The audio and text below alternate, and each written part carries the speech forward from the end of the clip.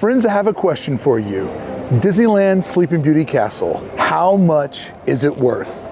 By today's standards, I mean on paper, dollars. It was the first Disney castle ever built and the icon of Disneyland. So what would it cost to build this castle today? Brickey here, I've done an enormous amount of research. Let's find out. And regardless of how much this castle costs, you know it's absolutely free, subscribing to the channel. Let's get going. And if you do want to support the channel, make sure to grab our 1955 Undefeated Champs hat. It's going fast, link below. So just how much did it cost for Disneyland to build this castle back in 1955? And shockingly, how long did it take for them to build it? Disneyland was built for an estimated $17 million.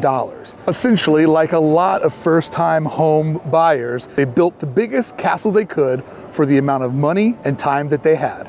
And even though this would be humongous if you built it in your backyard, for castle standards, it's relatively on the small side. 77 feet, approximately 7 stories. And of course, to make it feel a little bit bigger, they use forced perspective, which is an age-old illustration trick. And they did one other thing that cut a tremendous amount of costs. This was the beginning of the advent of this crazy little material called fiberglass that would allow them to mold and construct some of the more intricate pieces in a much more efficient and affordable way. It's largely made of plaster wood with a bit of steel on the interior. And where Walt cut back on using plaster and fiberglass, there was another area where Walt said, you know what, Roy's not looking, let's spend some money. Walt Disney, always one for details, insisted upon Gothic spires and gold leaf accents. And I'm talking real gold at the top of the castle. And he knew how expensive it was, he knew the budget and time they were against, so he decided to push this through when Roy was out of town. I love the balance of the two brothers, the creative and the money guy. Poor Roy got the worst deal at Disneyland. Walt would get all the accolades, poor Roy would get all the invoices. This is one of the few castles that we know exactly what it costs, because in the Anaheim Bulletin in February of 1955, they would release the building permit to build this castle. You got a guess? I bet you'll be way off. $120,000 was what the permit was filed for to build Sleeping Beauty Castle. And here's the crazy part, they didn't start building it until March of '55. And you're thinking, yeah, that was 1955, but if we adjust those numbers to today's, it's still absurdly cheap. That would only be about $1.3 million by today's modern standards. You could not build this for $1.3 million today. Recently, a 1-bedroom home in my neighborhood sold for a little over $1.3 million. So you're not getting this. Which leads us, what would this actually cost today? I've done some research, let's go. All right, so to determine the value, let's pretend that Disney decided to rebuild this same castle today. To build this exact same structure from scratch, what would it really financially take? Let's start here. First off, it wouldn't be a simple replica because you could not legally build this same castle today. Is this an architectural moment forever preserved in time? So many of its features are all annexed in to 1955 construction and regulations. Even though there have been some modifications over the decades, a lot of it is still past what's legal today in the state of California. Disney is now known for some of the most quality construction builds in the theme park industry. That means they are held up to very, very high standards. And those high standards come with immense expectations. Modern safety codes, ADA compliance, real fire suspension, show lighting, projection mapping, fireworks rigging, and everything in between. Over the years, this has not only become an icon, it has also become a stage, a movie screen, and a theater. And really, everything in between. There's the age-old Disneyland will never be completed. Well, this castle has never been completed. It has literally been evolving for 7 decades. I love that sound. So you remember that price of $1.3 million adjusted to today's pricing? That is nowhere near realistic, because let me give you a couple of other examples that I was able to find. Oga's Cantina in Star Wars Galaxy's Edge cost an estimated $12.5 million. Smuggler's Run, that sits right around the corner, $55.7 million.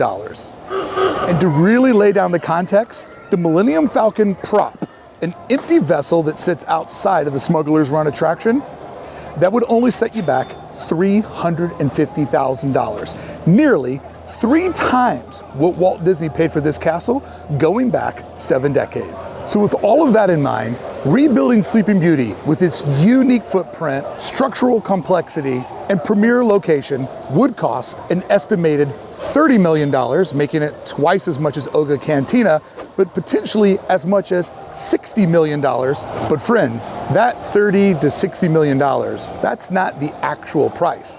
That's just an estimate of construction. That doesn't get into what its value is. So everyone knows if you go to sell a home, the first thing you have to establish are comparables. What are the comparables for Sleeping Beauty? Let's explore what Disney paid for all of its other castles that would follow after the original. And what would they be worth today?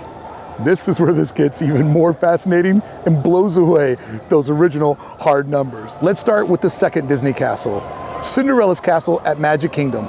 Built in 1971 for $4.7 million, it's over twice as tall and more than twice complex. In today's comparison, if we just took the hard dollars and adjusted them to today's rates, that would be $40 million.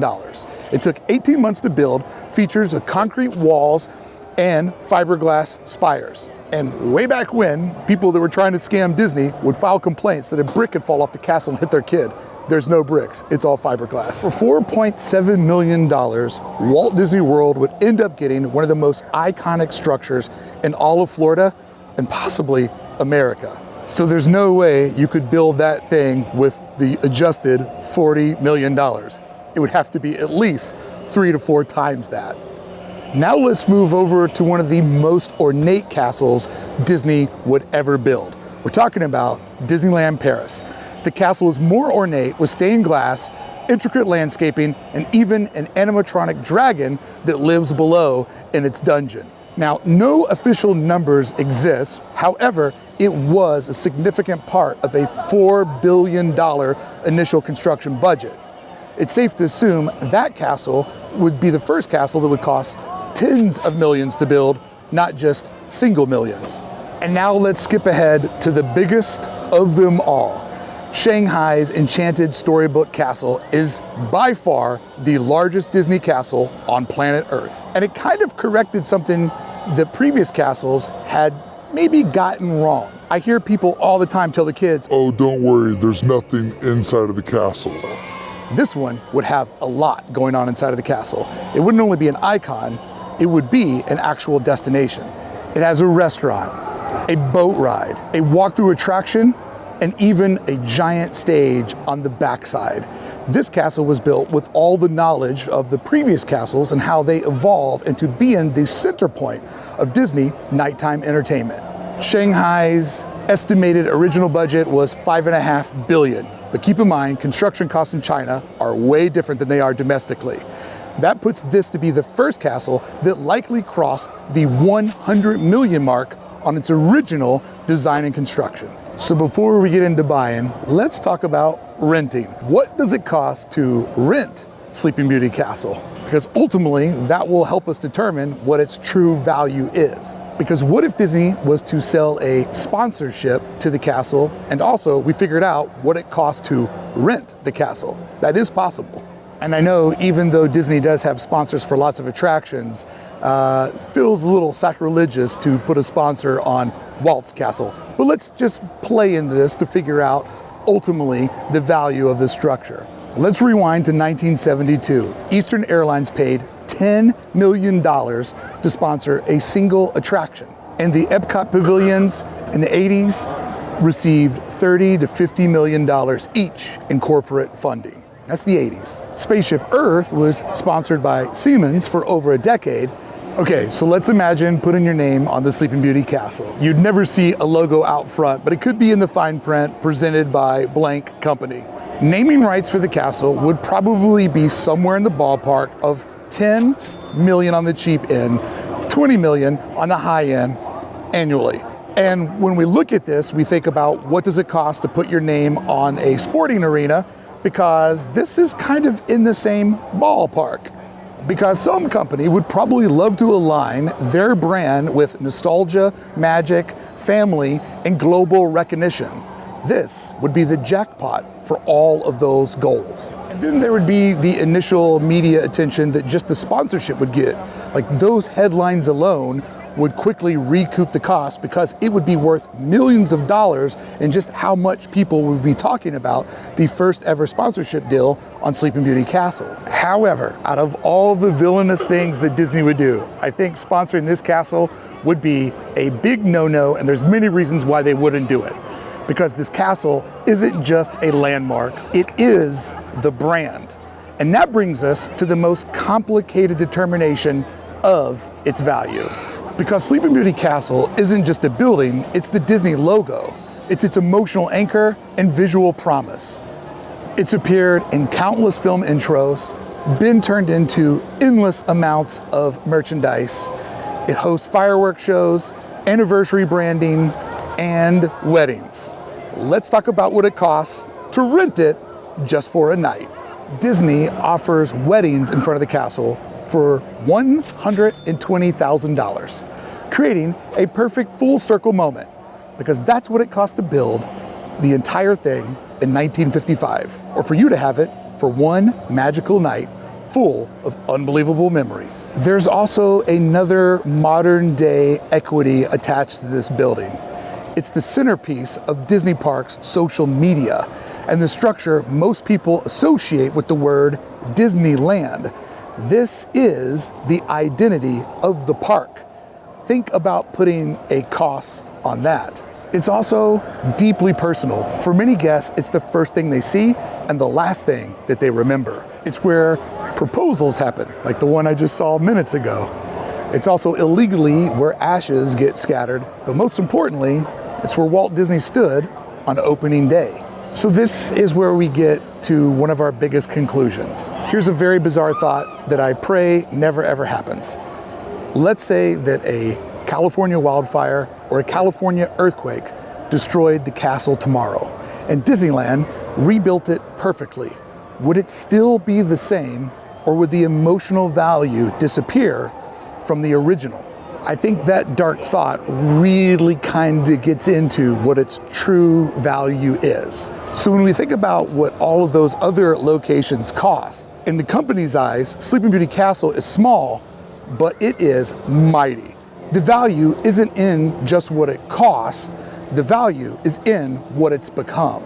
All right, let's add it all up. Construction value, estimated $30 to $40 million. Sponsorship potential, $10 to $20 million per year. Comparable icons, between $50 and $200 million to build. Brand equity tied to a $40 billion plus global brand. The emotional value, generational and incalculable. So what is the final number? Well, the truth is, as the band pierces through the center of the castle, there isn't one. You could estimate, and I tried to. You could model other values, and I have, and you could speculate, and that's what I'm doing. But what I ultimately realized, there's no price tag that fully captures it. The real value of Sleeping Beauty Castle, it's one of those things in this world that is absolutely priceless. And maybe that was the point all along, to build something with magic, not with money. To build something that could never be replaced, and the value would take care of itself. Want to fully understand the transformation that happens every night to turn Sleeping Beauty Castle into a centerpiece of nighttime entertainment? Watch this video right here. Thank you so much for showing up. See you next week.